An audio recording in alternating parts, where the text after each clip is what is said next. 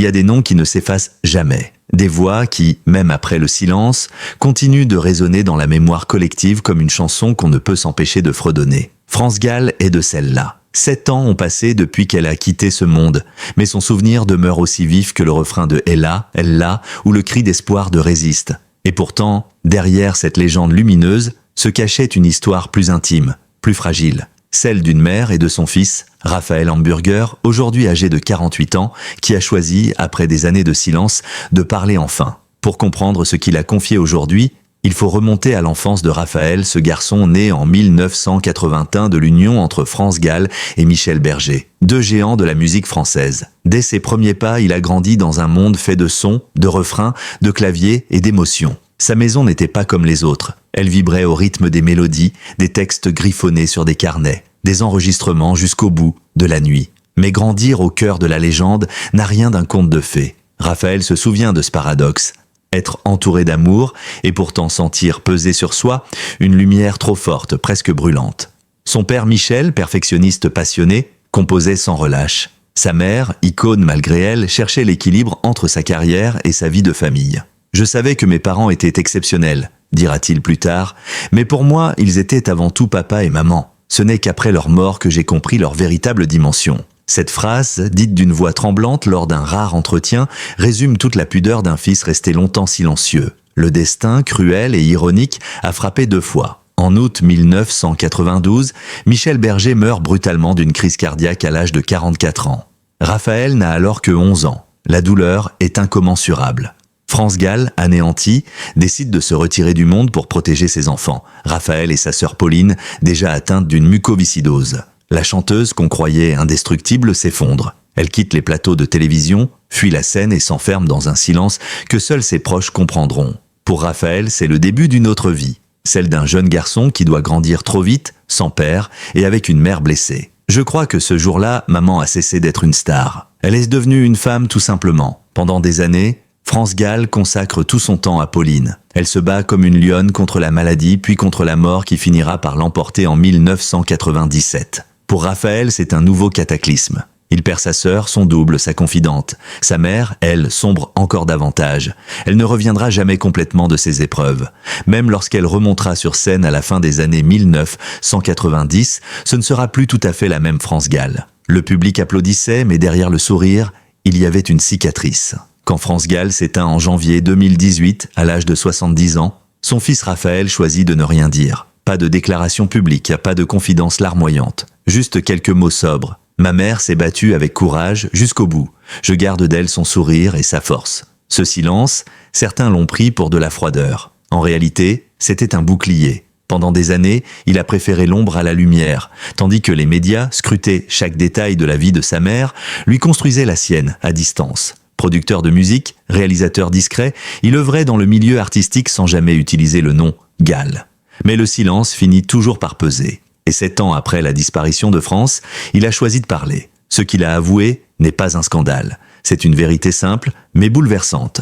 J'ai longtemps eu peur de lui ressembler. Dans une interview donnée à un magazine musical, Raphaël Hamburger a confié « J'ai mis très longtemps à accepter que je portais en moi tout ce qu'elle était. J'ai passé la moitié de ma vie à vouloir m'en distinguer. Et l'autre moitié à lui ressembler malgré moi. » Cette phrase, lourde de sens, résonne comme une confession d'amour différée. Pendant des années, il s'est débattu contre l'image de la fils de Michel Berger, fils de France Gall. Il voulait exister par lui-même, trouver son identité au-delà du mythe familial, mais en vieillissant, il a compris que ce combat était vain. On ne fuit pas son sang.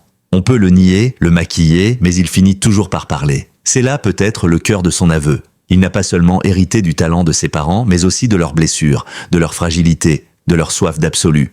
Écouter une chanson de France Gall, pour lui, n'a jamais été anodin. Chaque note, chaque mot lui rappelle un souvenir, un éclat de rire, une larme. Il avoue ne pas pouvoir écouter, évidemment, sans que sa gorge se serre. Cette chanson, écrite par Michel Berger en mémoire de leur fille Pauline, est devenue un tombeau musical. C'est une chanson qui m'accompagne depuis toujours. Mais longtemps, je l'ai détestée, parce qu'elle me rappelait ce que j'avais perdu. Aujourd'hui, je l'aime parce qu'elle me relie à eux. Ces mots révèlent le processus d'une réconciliation lente, presque douloureuse, celle d'un homme qui apprend à aimer ce qu'il craignait d'affronter.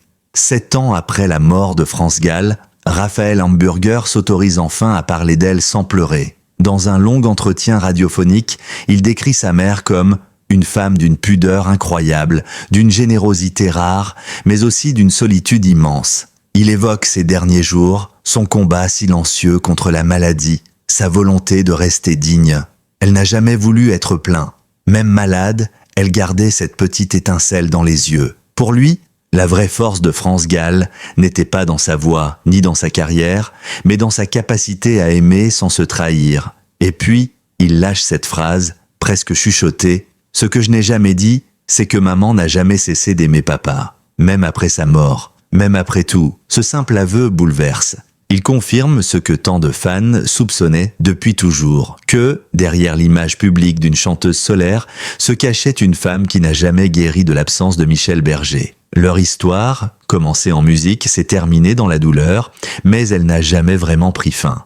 Pour Raphaël, leurs âmes sont restées liées, comme deux notes qui continuent de vibrer longtemps après la dernière mesure. J'ai grandi avec cette idée que l'amour ne meurt jamais. Aujourd'hui, je comprends que c'est vrai. Raphaël Hamburger n'a pas seulement hérité de l'amour de la musique, il a hérité d'une mission, celle de faire vivre l'œuvre de ses parents non comme une relique, mais comme un souffle. Il supervise aujourd'hui la réédition de leurs albums, restaure des bandes oubliées, produit des artistes qu'il croit sincères. C'est ma façon de leur parler encore. Chaque note est un dialogue avec eux. Dans la vie de Raphaël Hamburger, il y a eu un avant et un après le silence. Pendant des années, il a choisi de se taire, d'observer, de vivre loin des projecteurs, mais le silence, même lorsqu'il protège, finit toujours par devenir une cage. Et un jour, presque malgré lui, il a senti qu'il devait parler, non pas pour raconter sa mère, mais pour continuer ce qu'elle avait commencé. Ce n'est pas un hasard si, dans ses rares interviews, il parle de promesse, un mot chargé d'émotion, presque sacré. Avant de partir, maman m'a demandé une seule chose, que la musique continue, pas la sienne, pas celle de papa, mais celle qui fait battre le cœur des gens. Cette promesse, il l'a tenue, à sa manière, discrète, fidèle, pudique, comme elle. Lorsque France Gall s'est retirée du monde après la mort de Michel Berger, beaucoup ont cru qu'elle avait renoncé à tout, à la scène, à la lumière, à la passion. En réalité, elle préparait une autre forme de transmission. Dans l'intimité de leur maison de la rue de la Tour, à Paris, elle parlait longuement à son fils. Pas comme une star, mais comme une mère qui veut que son enfant comprenne le sens des choses. Elle me disait souvent « Ne cherche pas à briller, cherche à être juste ». Ces mots, Raphaël les a gravés en lui. C'est sans doute pour cela qu'il a toujours fui les feux de la rampe. Il savait que la célébrité, si elle illumine, brûle aussi. Sa mère en avait fait l'expérience. Sous les paillettes, il avait vu les blessures, sous les applaudissements, les larmes. C'est pourquoi, après sa disparition, il n'a pas voulu transformer son héritage en culte. Pas de musée, pas de commémoration spectaculaire, pas de marketing posthume. Il a préféré la fidélité à la ferveur. Maman détestait les statues.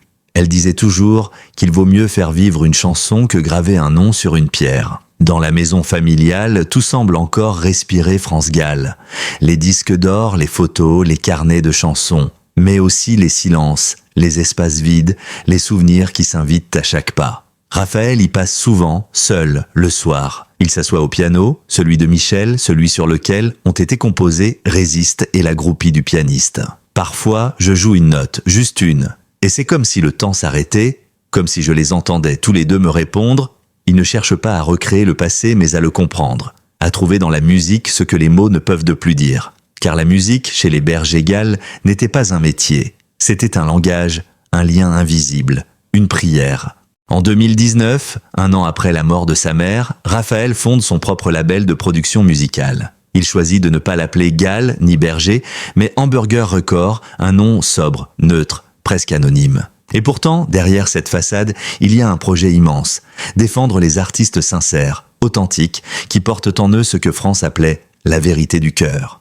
Je veux donner leur chance à ceux qui ont quelque chose à dire. La musique ne devrait pas être un produit, mais un souffle. Cette démarche, profondément éthique, est un hommage direct à ses parents. Là où beaucoup auraient exploité le nom familial, lui préfère la discrétion, la fidélité à une certaine idée de l'art, celui qui ne triche pas. Les jeunes artistes qu'il produit ne ressemblent pas à ceux du show business classique. Ils écrivent, composent, doutent, cherchent. Ils ont cette fragilité sincère que sa mère chérissait tant. Et souvent, sans le savoir, ils portent un peu d'elle. Chaque année, à la date anniversaire de la mort de France Gall, Raphaël allume une bougie dans sa maison. Pas de discours, pas de publication sur les réseaux. Juste un geste, une lumière, une présence. Je ne crois pas que les morts partent vraiment. Je crois qu'ils deviennent invisibles. Cette phrase, pleine de douceur, révèle la manière dont il vit le deuil. Non comme une absence, mais comme une transformation. Sa mère n'est plus là, mais elle vit encore dans chaque note, chaque sourire, chaque chanson qu'il produit. Il raconte qu'un jour, alors qu'il écoutait l'enregistrement brut d'une chanteuse qu'il venait de signer, il a eu les larmes aux yeux. Elle avait cette façon de respirer entre deux phrases, exactement comme maman. C'était troublant. J'ai compris que sa voix continuait, à travers d'autres. C'est ainsi qu'il conçoit son rôle aujourd'hui. Non pas entretenir une mémoire figée, mais transmettre une flamme. Pendant longtemps, il n'a pas pu parler d'elle sans que la voix se brise. Aujourd'hui, il peut le faire. Pas parce que la douleur a disparu, mais parce qu'elle s'est apprivoisée. Le temps, dit-il, n'efface rien, il transforme. Le deuil, ce n'est pas oublier, c'est apprendre à vivre avec ce qui manque. Raphaël Hamburger n'a jamais cherché à remplacer sa mère par des mots ou des hommages. Il a préféré le silence, la musique, les gestes simples. C'est peut-être cela, le vrai héritage de France Gall. L'art d'aimer sans éclat, de souffrir sans se plaindre, de vivre sans se mentir. Dans son bureau, il garde une photographie en noir et blanc, France, Michel et les enfants. Un été au Cap Ferret, il rit, les cheveux dans le vent, insouciant. C'était avant les drames, avant la maladie, avant le silence. Chaque fois qu'il regarde cette image, il ressent un mélange de mélancolie et de gratitude. On ne choisit pas son histoire, dit-il, mais on peut choisir comment la raconter. Et lui a choisi de la raconter sans pathos, sans fioriture, juste avec vérité. Dans un monde saturé de bruit, cette sincérité a quelque chose de bouleversant. C'est à la fin de cette même interview que le journaliste lui demande « Qu'aimeriez-vous que l'on retienne de votre mère ?» Raphaël réfléchit longuement avant de répondre qu'elle a aimé jusqu'au bout, même quand tout s'effondrait, même quand elle n'avait plus la force de chanter. Ce qu'elle a laissé derrière elle, ce n'est pas seulement une œuvre, c'est une manière d'être au monde. Ces mots, il les prononce avec une émotion contenue, mais dans son regard, on devine la tendresse infinie d'un fils qui, enfin, ose dire tout haut ce qu'il portait depuis toujours, que France Gall n'était pas seulement une chanteuse de son époque, mais une femme de lumière, une âme entière, une mère courage. 7 ans après sa mort, cette vérité paraît presque évidente. Et pourtant, il a fallu du temps pour qu'elle émerge.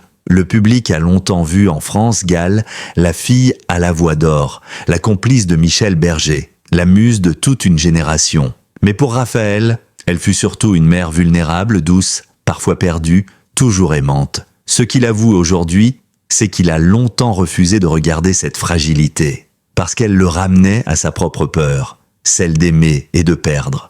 Je crois que j'ai mis des années à comprendre qu'on peut être fort dans la faiblesse, et c'est peut-être là, dans cette phrase simple, que se trouve la clé de tout son témoignage. Depuis quelque temps, Raphaël a retrouvé une sérénité nouvelle. Il parle plus facilement, sourit davantage.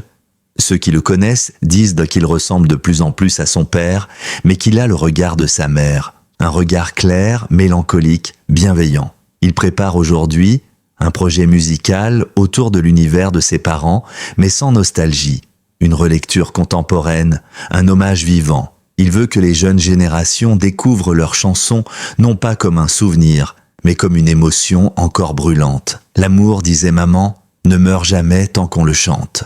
7 années après la mort de France Gall, la France redécouvre peu à peu l'héritage émotionnel laissé par cette femme singulière. Les hommages officiels, les rééditions, les documentaires se sont succédés, mais jamais l'on n'avait entendu la voix la plus attendue, celle de son fils, Raphaël Hamburger. L'homme, d'ordinaire pudique, a fini par accepter de parler. Non pas pour entretenir le mythe, mais pour lui rendre sa véritable humanité. Ce 3e chapitre s'attache à décrypter ses révélations, prononcé sans emphase mais avec une gravité qui a bouleversé tous ceux qui l'ont écouté. Quand Raphaël a accepté d'accorder une longue interview télévisée, il n'y a eu ni tapis rouge ni décor ostentatoire.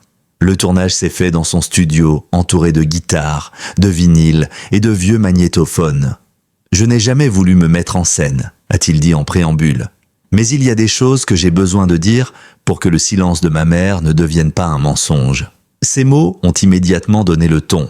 Loin d'une confession médiatique, il s'agissait d'un acte de transmission. France Gall avait vécu dans la discrétion, mais elle n'avait jamais fui la vérité. Et c'est cette même honnêteté que Raphaël a voulu prolonger. Ce qu'il a révélé pour la première fois concerne les derniers mois de vie de France Gall.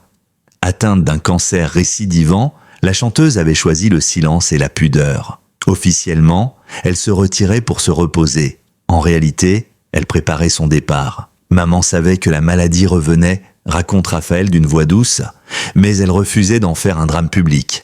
Elle disait « Je veux qu'on se souvienne de ma voix, pas de mes souffrances ». Pendant ces mois d'hiver, mère et fils se sont retrouvés dans une intimité presque sacrée. Ils écoutaient ensemble les vieux enregistrements de Michel Berger, relisaient les lettres, se parlaient sans mots. Elle n'avait plus besoin de dire grand-chose.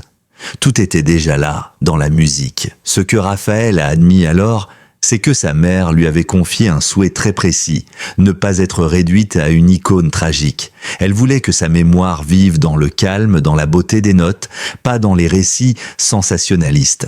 Elle m'a dit « Ne laisse pas ma mort devenir une histoire ». Raphaël a également reconnu que pendant longtemps, il avait eu honte.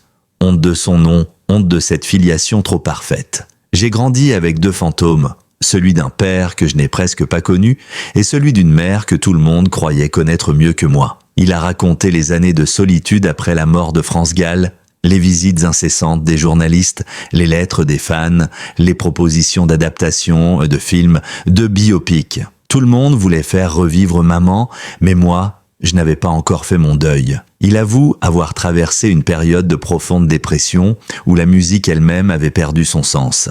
J'avais peur d'écrire, peur de produire. Chaque son me rappelait quelque chose d'elle, et puis un jour, j'ai compris, ne pas créer, c'était aussi la trahir. C'est à partir de ce moment que Raphaël a commencé à produire pour d'autres artistes, à s'ouvrir au monde sans jamais revendiquer son nom. Derrière des pseudonymes discrets, il a contribué à plusieurs bandes originales de films français contemporains, un moyen pour lui d'exister sans se montrer. L'un des passages les plus émouvants de ses aveux est celui où il évoque la dualité entre le mythe et la réalité. Pour la France entière, France Gall était une idole des 60s, une muse pop devenue femme engagée, une amoureuse éternelle de Michel Berger. Mais pour Raphaël, elle était simplement une mère. Je l'ai vue pleurer, je l'ai vue rire, je l'ai vue se battre. Elle n'était pas un symbole. Elle était une personne qui doutait, qui avait peur, mais qui ne renonçait jamais. Il s'interrompt un instant, puis ajoute « Je pense que c'est ça que les gens ont toujours ressenti dans sa voix. Cette fragilité-là,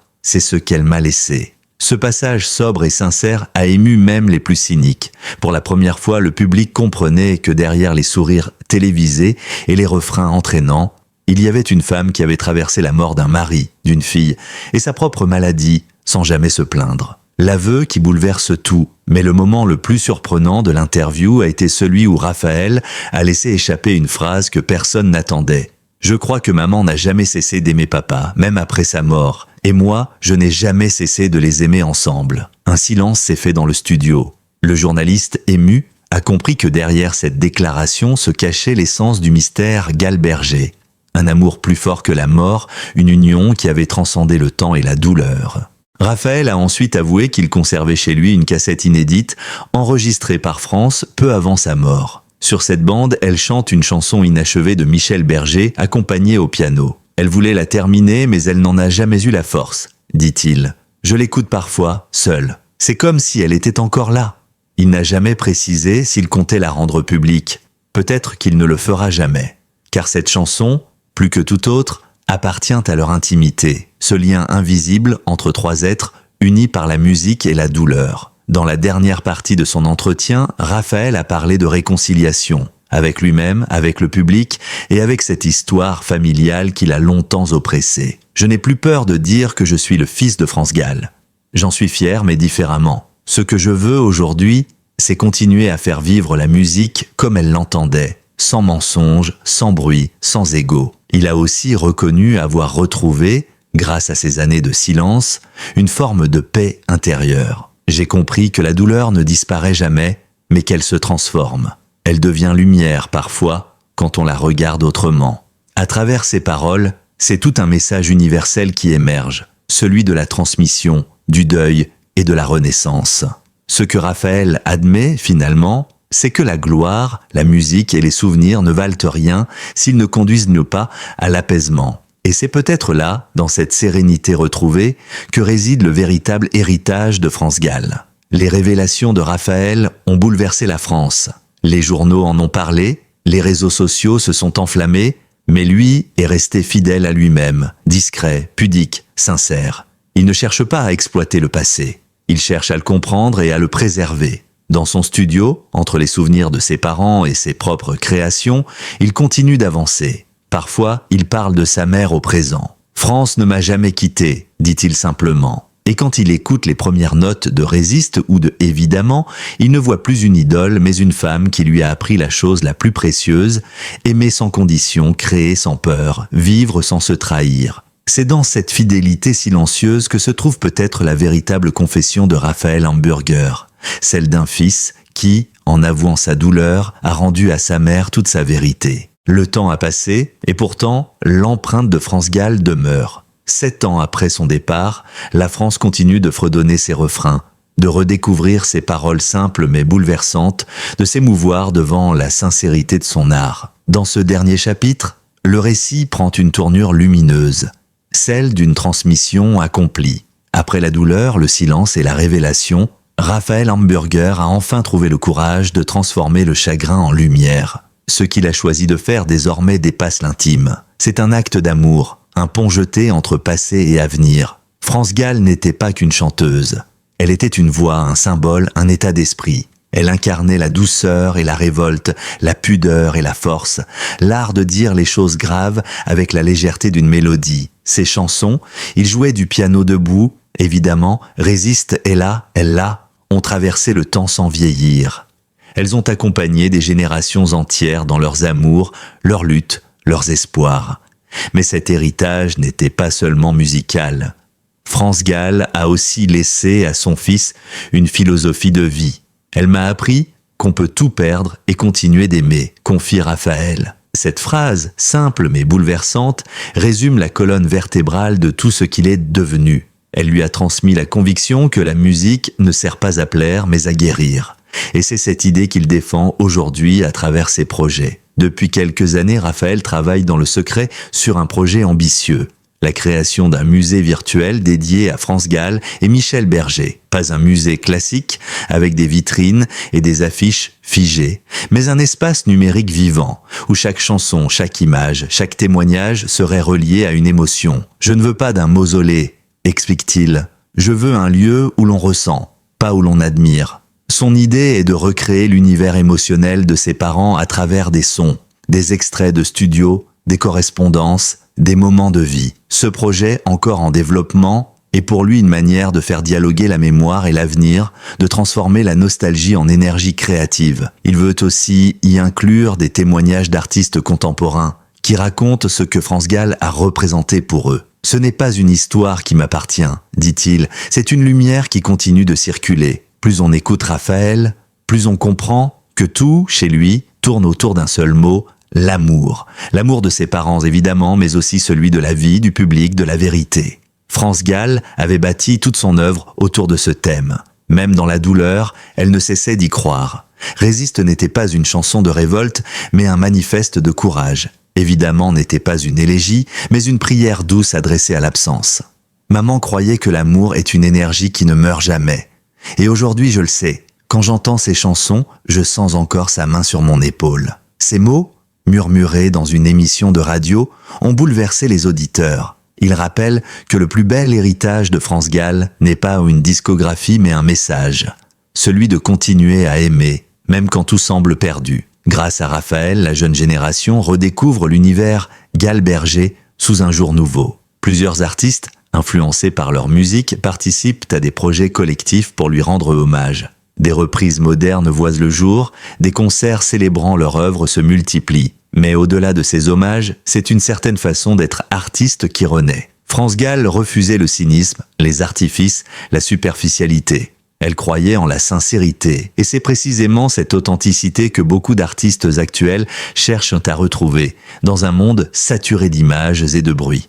Raphaël, en refusant d'exploiter la mémoire de sa mère pour des raisons commerciales, incarne cette fidélité à l'esprit d'origine.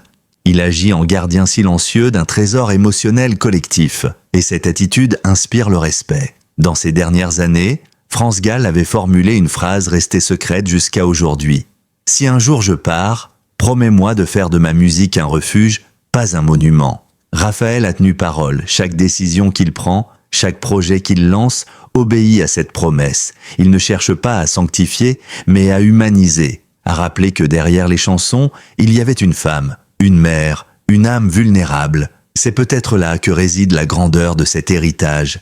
Il n'a rien de figé. Il continue d'évoluer, de se transformer, de toucher. Et tant qu'il y aura des oreilles pour écouter, France Gall vivra encore. Dans un documentaire récent diffusé pour le 7e anniversaire de sa disparition, Raphaël a confié un dernier secret qu'il n'avait jamais osé partager. « J'ai découvert une lettre que maman m'avait laissée, glissée dans une partition.